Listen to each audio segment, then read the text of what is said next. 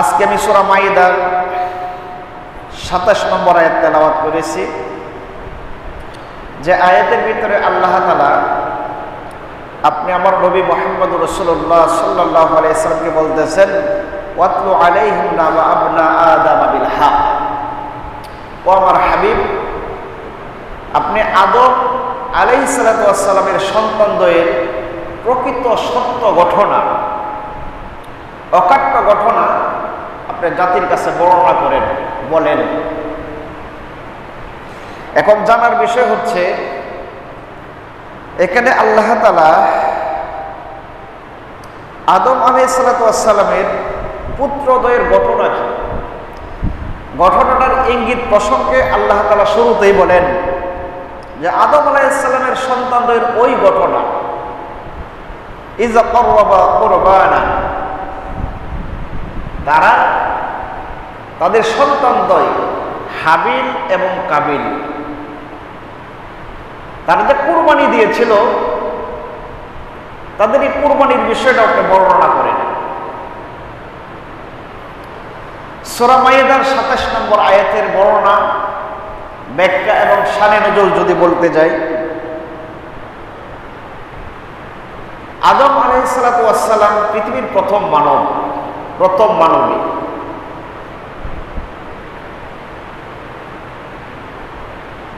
আল্লাহ তাআলা তাদেরকে বিবাহ বন্ধনে আবদ্ধ করছেন। সর্বপ্রথম দুনিয়াতে তাদের সন্তান ভূমিষ্ঠ বা হাওয়া আলাইহিস সালাতু ওয়াস সালামের গর্ভ থেকে দুইজন সন্তান ভূমিষ্ঠ হয়েছেন। প্রথম সন্তানের নাম ছিল হাবিল, এবং তার সাথে যমজ যে সন্তানটা হয়েছিল তার নাম ছিল আকলিমা, জোড়া। পরবর্তীতে আরেক জোড়া সন্তান প্রসব হয়েছে। দ্বিতীয় সন্তানের নাম হচ্ছে হাবিল, এবং তার সাথে যে যমজ সন্তান মেয়েটা হয়েছে তার নাম হচ্ছে গাজা। এইভাবে বিশুদ্ধ বর্ণনা অনুযায়ী আদম আলাইহিস সালাতু ওয়াস সালামের 239 জোড়া সন্তান দুনিয়াতে আসছে। আবার কোন কোন বর্ণনায় 700 জোড়া সন্তান দুনিয়াতে আসছে তাদের মাধ্যমে। এখন পিতা এবং মাতৃত্বের মাধ্যমে যে সন্তান দুনিয়াতে আসছে, পিতা মাতার মাধ্যমে, এই সন্তানগুলো হচ্ছে আপন ভাই এবং বোন।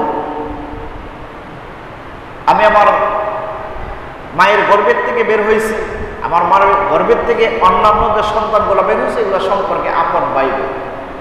এইভাবে যদি পৃথিবীর নিয়ম চলতে থাকে, তাহলে এক সময় পৃথিবী মানব শূন্য হয়ে যাবে।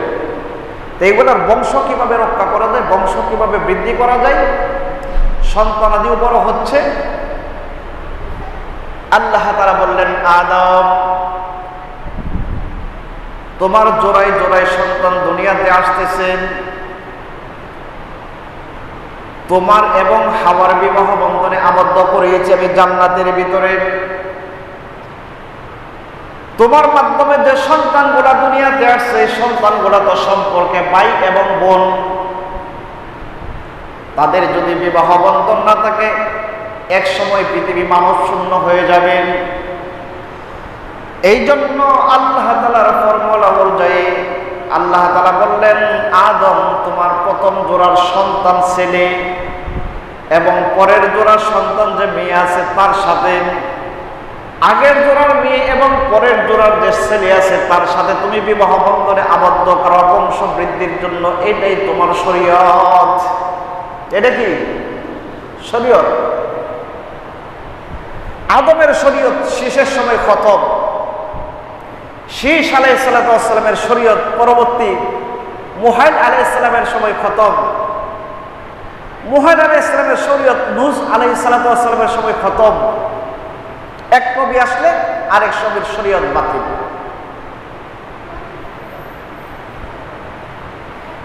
তো আল্লাহ তাআলার হুকুম অনুযায়ী, নির্দেশ অনুযায়ী আদম আলাইহিস সালাতু ওয়াস সালামের প্রথম সন্তান হাবিল, তার সাথে পরবর্তী হাবিলের সাথে যে সন্তান গাজা, তার সাথে বিবাহ বন্ধন হল। প্রথম সন্তান আকলিমার সাথে পরবর্তী বেসে যমজ সন্তান হাবিলের বিবাহ হবে, আল্লাহর নির্ধারিত আইন। পৃথিবীতে সুন্দরের পাগল হাবিল পিতার এই আদেশ মানতে নারাজ। সে বলে, আল্লাহ পক্ষ থেকে যে আদেশ আসছে আমি এটা মানতে নারাজ, আপনি আমার উপর অবিচার করতেছেন। কেন অবিচার? যে গাজা হ্যাঁ হয়েছে কম সুন্দরী, বেশি একটা সুন্দর না, আকলি মাসে পরমা সুন্দরী।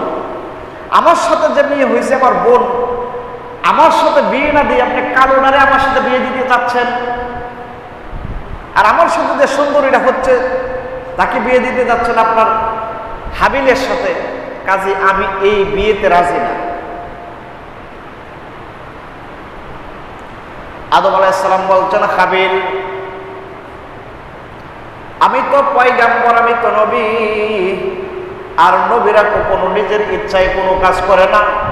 আল্লাহ পাক নবীদেরকে যেভাবে গাইডলাইন দেন, নির্দেশ দেন, আল্লাহর পক্ষ থেকে গাইডলাইন এবং নির্দেশ অনুযায়ী তো নবীরা কাজ করেন। আল্লাহর পক্ষ থেকে নির্দেশ, আল্লাহর পক্ষ থেকে ফয়সালা জানানো হয়েছে, তোমার সাথে যে মেয়েটা জন্মগ্রহণ করছে আকলিমা, তার সাথে বিবাহ বন্ধন হবে পরের বেসের সন্তান হাবিলের সাথে। আর হাবিলের সাথে যে সন্তান গাজা মেয়েটা জন্মগ্রহণ করছে তার সাথে বিবাহ বন্ধন হবে তুমি হাবিলের, এটা আল্লাহ পাকের ফয়সালা। হাবিল এখন দাম্ভিক, সে বলতেছে আল্লাহর ফয়সালা আমি মানি না। নাউজুবিল্লাহ বলে। আদম আলাইহিস সালামের সন্তান হাবিলের মতো আমাদের সমাজেও কিছু সন্তান আছে, আমাদের সমাজেও কিছু বনি আদম আছে। ইসলামের যেই যেই অংশটা তার ভালো লাগে তার মত মতো যায়, ইসলামের যেই যেই অংশটা তার সুবিধাজনক হয় ওইটা সে মানে। ইসলামের যেই যেই অংশ, ইসলামের যেই যে শরীয়তগুলা তার মতের বিপক্ষে চলে যায়, এই শরীয়ত এই জামানায় কিছু বনি আদম মানতে নারাজ। ঠিক কিনা বলেন? ভাই বোনের সম্পদ বন্টনের হিসাব আল্লাহ কোরআনে জানায় দিয়েছেন। বনি আদমের বর্তমান হাবিলের উত্তরসূরি কিছু লোক এই কোরআনের এই আইনটা মানতে নারাজ।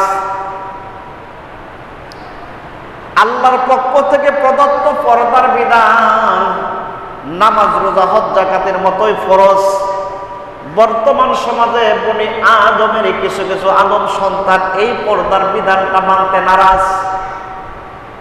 অর্থাৎ যেই যেই বিধানগুলা তার মতের পক্ষে যায়, তার জন্য সুবিধাজনক হয়, ওইটা মানতে সে প্রস্তুত। আর আল্লাহর পক্ষ থেকে যেই যেই বিধানগুলা তার বিপক্ষে চলে যায় হাবিলের মতো, সে এই বিধানগুলা মানতে নারাজ। মানতে নারাজ, কোরআনই মানবে না। হাবিল বলে আমি শরীয়ত টরিয়ত মানি না, আমার সাথে যেটা হয়েছে এটারই দিতে হবে। আবার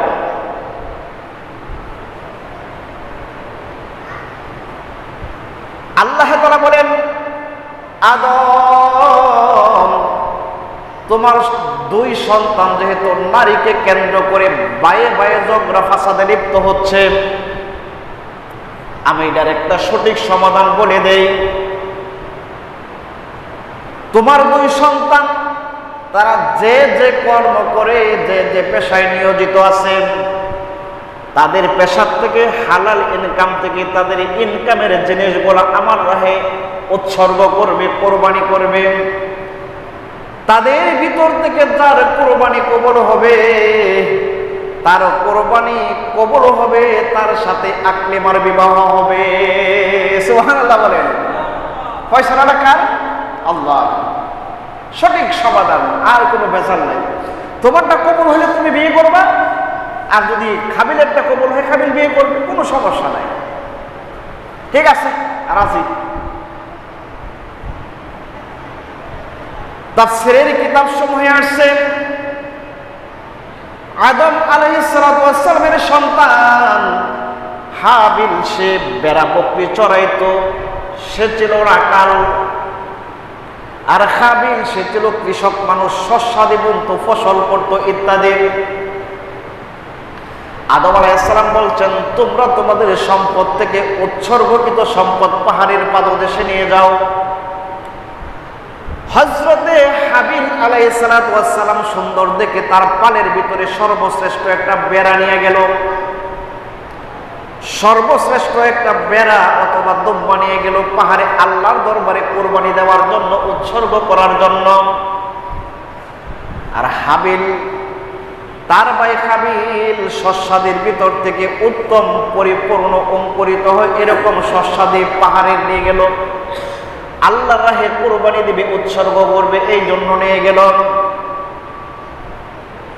আগের জামানার কুরবানির বিধান ছিল, যার কুরবানি কবুল হইতো আসমান থেকে একটা আগুন আইসা তার কুরবানিটাকে জ্বালায়া দিয়ে চলে যাইতো। এই কুরবানির বিষয়টা ভোগ করার কোনো সিস্টেম ছিল না। আদম আলাইহিস সালামের ছেলে হাবিল এবং কাবিল পাহাড়ের পাদদেশে তার বেড়াটা এবং শস্যাদিগুলা রাখলো। উভয়ই অপেক্ষা করতেছে কার কুরবানি কবুল হয়। হঠাৎ করে আসমান থেকে একটা অগ্নিশিখা এসে হযরতে হাবিল আলাইহিস সালামের পশুটাকে আগুন দিয়ে জ্বালায় আকাশে চলে গেছে। সুবহানাল্লাহ। আল্লাহ তাআলা বলেন, ওয়াতলু আলাইহিম নাবা আবনা আদম বিল হক। ও আমার হাবিব, আপনি আদম আলাইহিস সালামের সন্তানদের সত্য ঘটনা বর্ণনা করেন, মানুষের সামনে আপনি যথার্থ বর্ণনা করে দেন, বয়ান করে দেন। ইয কাররাবা কুরবানান ফাতাকাব্বালা মিন আহাদিহিমা ওয়া লাম ইয়াতাকাব্বাল। তারা যখন উভয়ের কুরবানির জন্তুটা, কুরবানির জিনিসটা পাহাড়ে রাখলো, আল্লাহর দরবারে উৎসর্গ করলো, অতঃপর আল্লাহ তাআলা ফাতাকাব্বালা মিন আহাদিহিমা ওয়া লাম ইয়াতাকাব্বাল মিনাল আখার। তাদের ভিতর থেকে একজনের কুরবানি আল্লাহর দরবারে গৃহীত হয়ে গেল, কবুল হয়ে গেল। বলেন সুবহানাল্লাহ। এখন কুরবানি কবুল হয়েছে, উভয় তো কুরবানি দিয়েছে, এটার ভিতরে ছোট ভাইয়ের কোনো হাত আছে নাকি? বলেন, হাবিলের কোনো হাত আছে?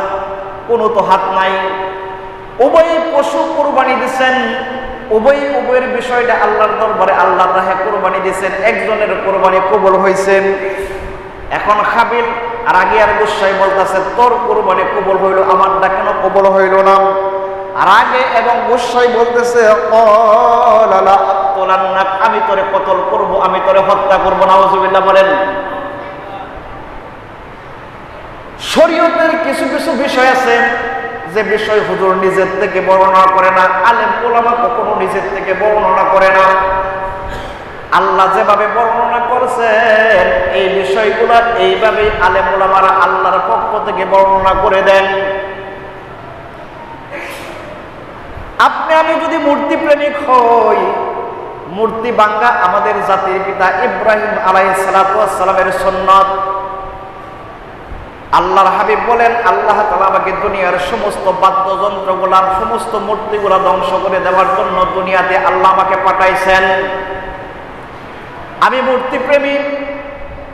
এখন আলেম ওলামা যদি মূর্তির বিরুদ্ধে কথা বলেন, আমি আলেম ওলামার বিরুদ্ধে লেগে যাই।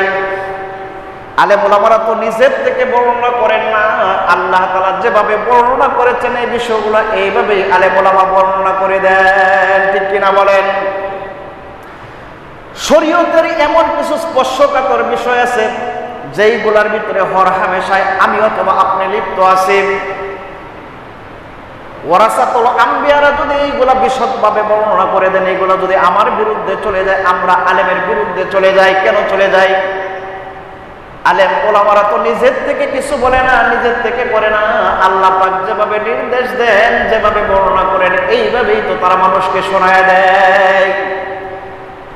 হাবিলের কুরবানি কবুল হয়েছে, হাবিলের কুরবানি কবুল হয় না, এই জায়গায় হাবিলের তো কোনো হাত নাই, আল্লাহর সাথে আলাদা কোনো রিলেশনশিপ নাই।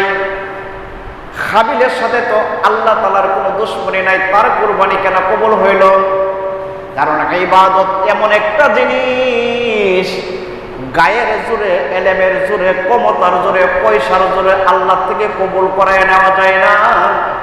তুমি যদি মুত্তাকি হও, তুমি যদি আল্লাহওয়ালা হও, তুমি যদি আল্লাহর সাথে প্রেমের বন্ধনে আবদ্ধ হও, তোমার প্রত্যেকটা আমলই আল্লাহ কবুল করে নেবেন। সুবহানাল্লাহ হবে।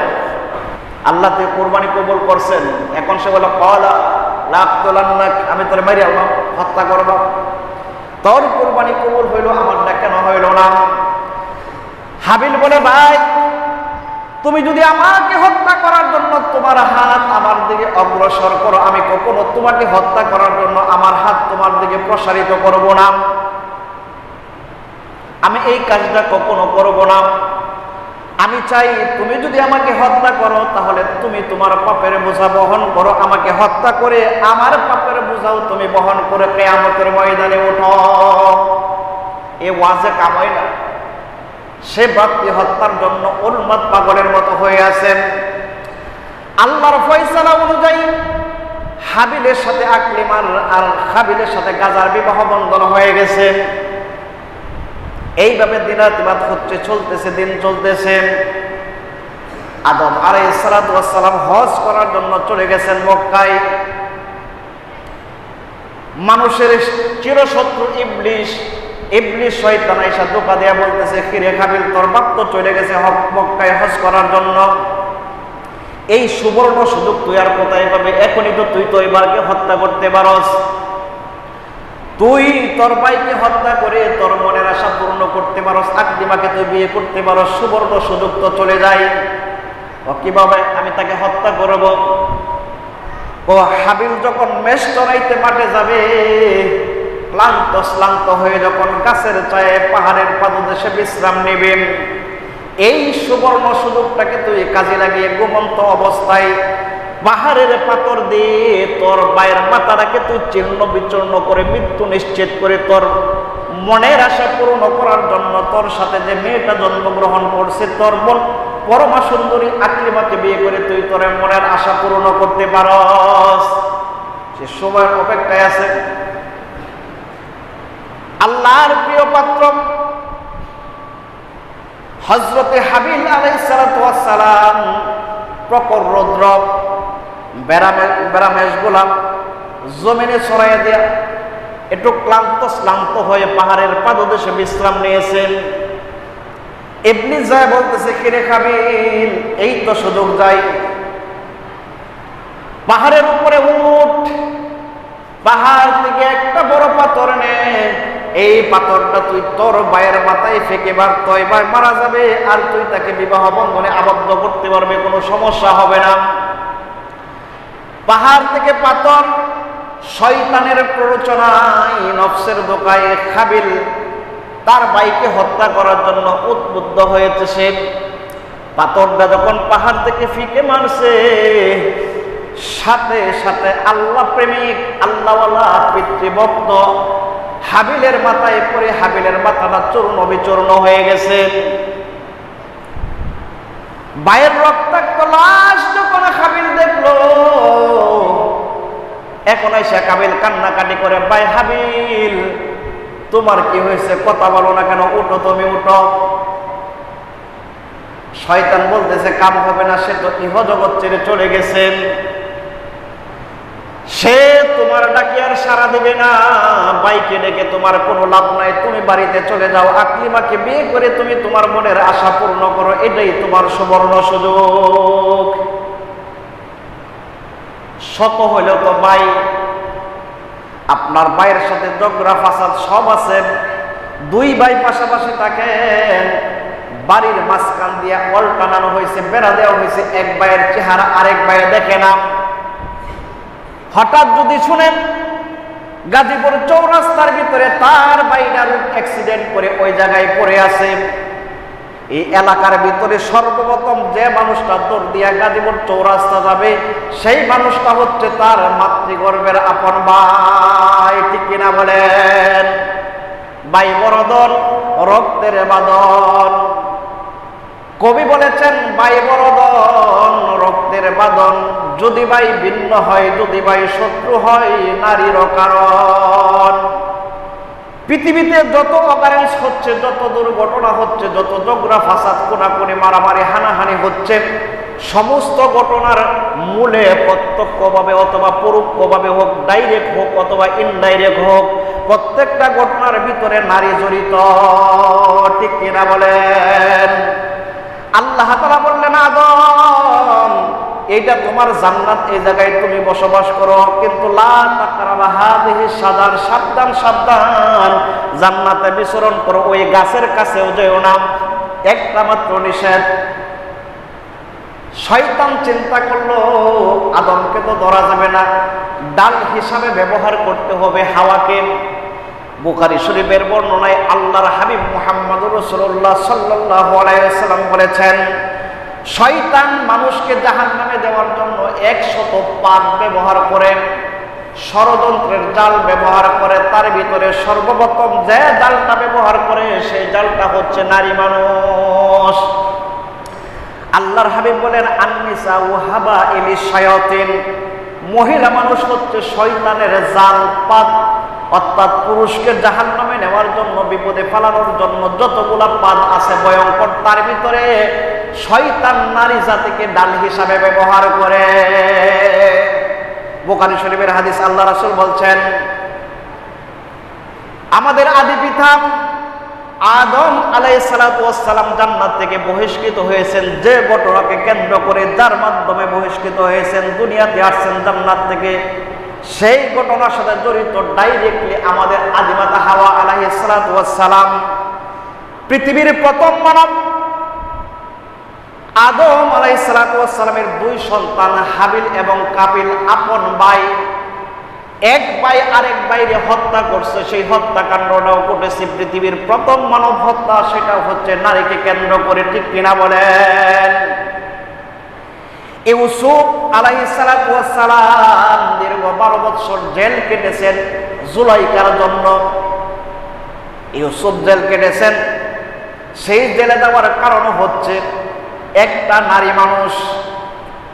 আমাদের বাংলাদেশের সাইকুল হাদিস, ইবনে সাইকুল হাদিস, জগবিখ্যাত একজন মনীষীর সন্তান, আলেম সাইকুল হাদিস, সেও জেলের ভেতরে গেছে একটা নারীকে কেন্দ্র করে। ঠিক কিনা বলেন? আমরা তো কবির সুরে মিলায় বলি, এই পৃথিবীতে যাহা চির কল্যাণকর, অর্ধেক তার করিয়াছে নারী, অর্ধেক তার নর। গান তো ঠিক আছে, কবিতা তো ঠিক আছে, কিন্তু গোড়ায় হাত দেন। হ্যাঁ, কিছু কিছু মহিলা আছে আল্লাহওয়ালা, তাদের দ্বারা কোনো ক্ষতির সম্ভাবনা নাই, ক্ষতি হবে না, আল্লাহর বিশেষ দয়া, বিশেষ দান। আসিয়া আলাইহিস সালাতু ওয়াস সালাম, মারইয়াম আলাইহিস সালাতু ওয়াস সালাম, খাদিজাতুল কুবরা রাদিয়াল্লাহু তাআলা আনহু, নজিরবিহীন তারা ইসলামের জন্য, দ্বীনের জন্য, তাওহীদের পতাকা বহন করে গেছেন। পৃথিবীর মানুষের সামনে সমস্ত মহিলাদের জন্য দৃষ্টান্ত স্থাপন করে গেছেন। ভিন্ন কথা, পৃথিবীতে যত অকারেন্স, হত্যাকাণ্ড, মারামারি, হানাহানি, লুটতরাজ, হিংসা, বিদ্বেষ চড়াই, তার ভিতরে 95% ইনডাইরেক্ট অথবা ডাইরেক্ট মহিলাদের দ্বারা সংগঠিত হয়। এক মহিলাকে পাওয়ার আশায় আদম আলাইহিস সালাতু ওয়াস সালামের সন্তান হাবিল তার আপন বাইরে খুন করছেন। এখনো দেখা যায় বাবিকে পাওয়ার জন্য দেবরে ভাইকে খুন করছেন, মামিকে পাওয়ার জন্য বাগিনা মামারে খুন করছেন। আছে না কখনো? আপনাদের শ্রীপুরের এক ঘটনা পড়লাম, ভিন্ন এক রক্ষী তার প্রেমে পড়ে দ্বিতীয় মেহের ভালোবাসায় মুগ্ধ হয়ে সে নিজের ওরসদার সন্তানকে, সে 8 বছরের 11 বছরের সন্তানকে সে খুন করছে। শ্রীপুরের ঘটনা, 11 বছরের সন্তান তার ওরসদার সন্তানকে একটা রক্ষী তার প্রেমে পড়ে খুন করছে। পৃথিবীতে যত মানুষ হত্যা হয়, যত কোনাকুনি, মারামারি, হানাহানি, হিংসা, বিদ্বেষ চড়াই, যত অগারেন্স হয়, ডাইরেক্ট অথবা ইনডাইরেক্ট হোক, 80% হয়, 90% হয় না, 95% হয় ডাইরেক্ট অথবা ইনডাইরেক্ট মহিলাদের কারণে। আকলিমার জন্য তো হাবিল তার আপন ভাই হাবিলকে খুন করছে। প্রথম মানব হত্যার লাশ এখন কি করবে?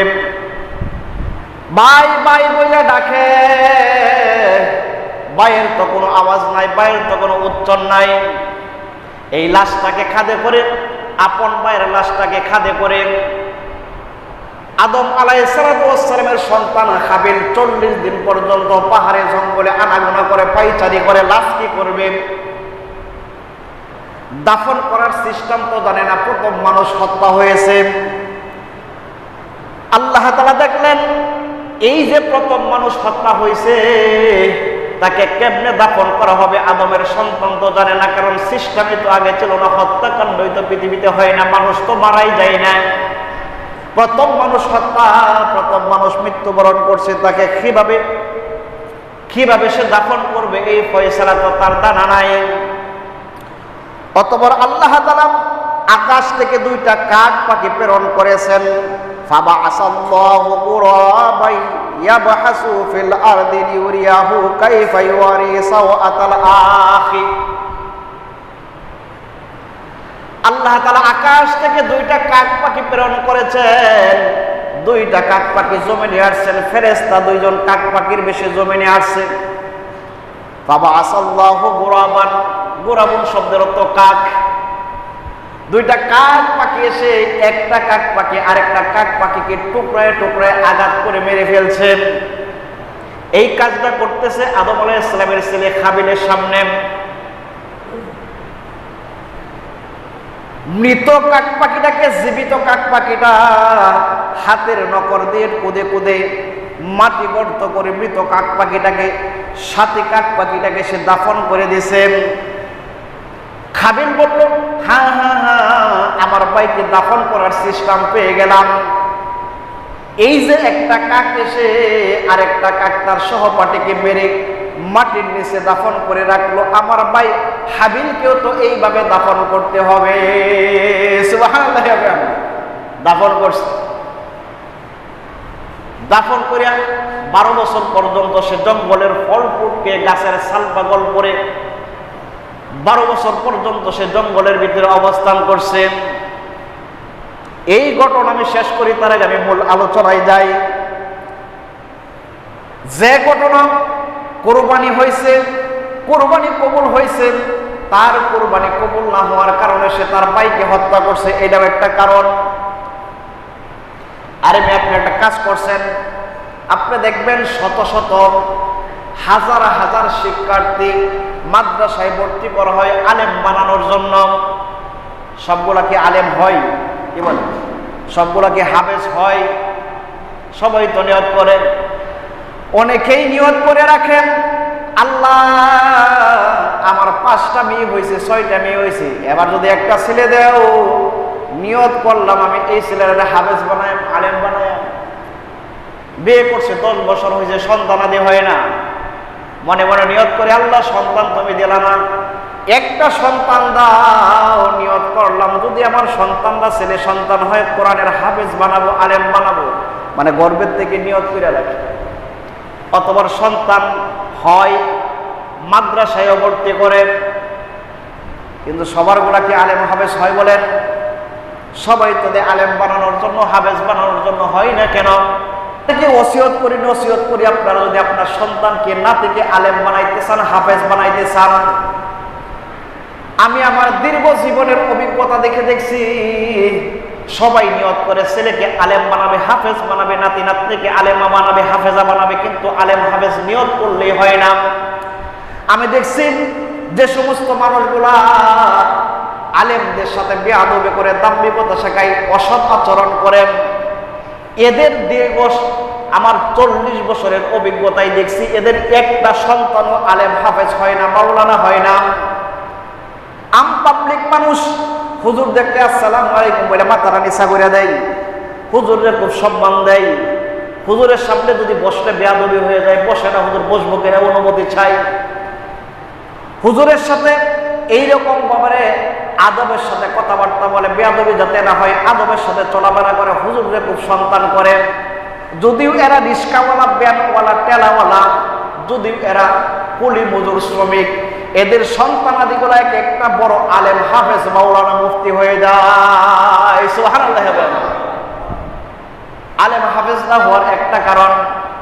দ্বিতীয় কারণ হচ্ছে, আপনি ছেলের মাদ্রাসায় ভর্তি করছেন, আলেম বানাইবেন, অথচ মাদ্রাসায় ছেলেটারে ভর্তি করে আপনি নামাজ পড়েন না, স্কুল কলেজে ছেলেরে ভর্তি করাইলে ছেলে মাস্টার ডিগ্রি পাস করতে পারে, জজ ব্যারিস্টার হইতে পারে না, স্কুলের লাইনে সম্ভব।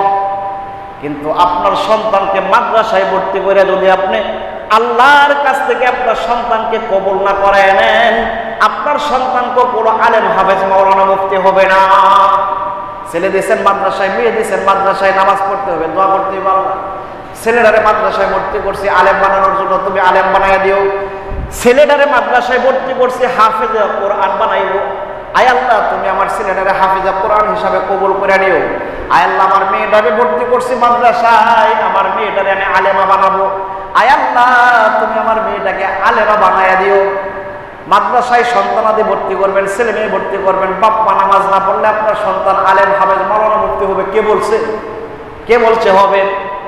কারণ এটা তো হবে না, আল্লাহর থেকে কবুল করায় নিতে হয়।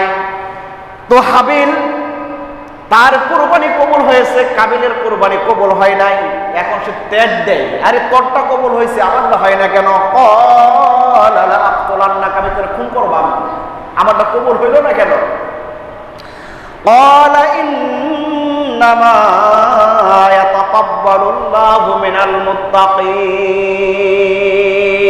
সুবহানাল্লাহ বলেন। হাবিল বলতেছে ভাই কোরবানি তুমিও দিছ, কোরবানি আমিও দিয়েছি, তোমারটা কবুল হয় না, আমারটা কবুল হয়েছে।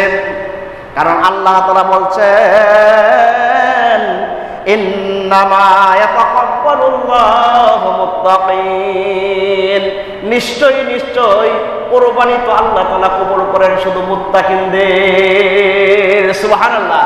মুত্তাকি কারা? মুত্তাকি ওই সমস্ত মানুষ যারা এক ওয়াক্ত নামাজ ছাড়ে না। মুত্তাকি ওই সমস্ত মানুষ যারা রমজান মাসের ফরজ রোজাটা ছাড়ে না। মুত্তাকি ওই সমস্ত মানুষ যারা হজ ফরজ হইলে হজ করতে আর দেরি করে না। মুত্তাকি ওই সমস্ত মানুষ যাদের উপর যাকাত ফরজ হইলে যাকাতটা হিসাব করে আদায় করে দেয়, আল্লাহর হুকুম আহকামগুলো যথার্থভাবে পালন করে, আল্লাহর নাফরমানি করে না, আল্লাহ অপছন্দ করেন এই ধরনের কোনো কাজকর্ম করে না। তারা যখন আল্লাহর রায় কোরবানি দেয়, তাদের কোরবানির প্রথম রক্ত ফোঁটা জমিনে পড়ার আগেই আল্লাহর দরবারে তাদের কোরবানি কবুল হয়ে যায়। সুবহানাল্লাহ। হবে আপনি মুত্তাকি হইতে পারলেন না, লক্ষ টাকা কোরবানি দিলেন, আপনি মুত্তাকি হইতে পারলেন না, বাজারের উটটা কোরবানি দিলেন, বাজারের সেরা মহিষটা গরুটা কোরবানি দিলেন, আপনি মুত্তাকি না। এই যে মুত্তাকির যে ব্যাখ্যা দিলাম, আপনি যত বড় পশু, যত সুন্দর পশু, যত দামি পশু কোরবানি দেন না কেন, মুত্তাকি ব্যতীত কারো কোরবানি আল্লাহর দরবারে কবুল হবে না।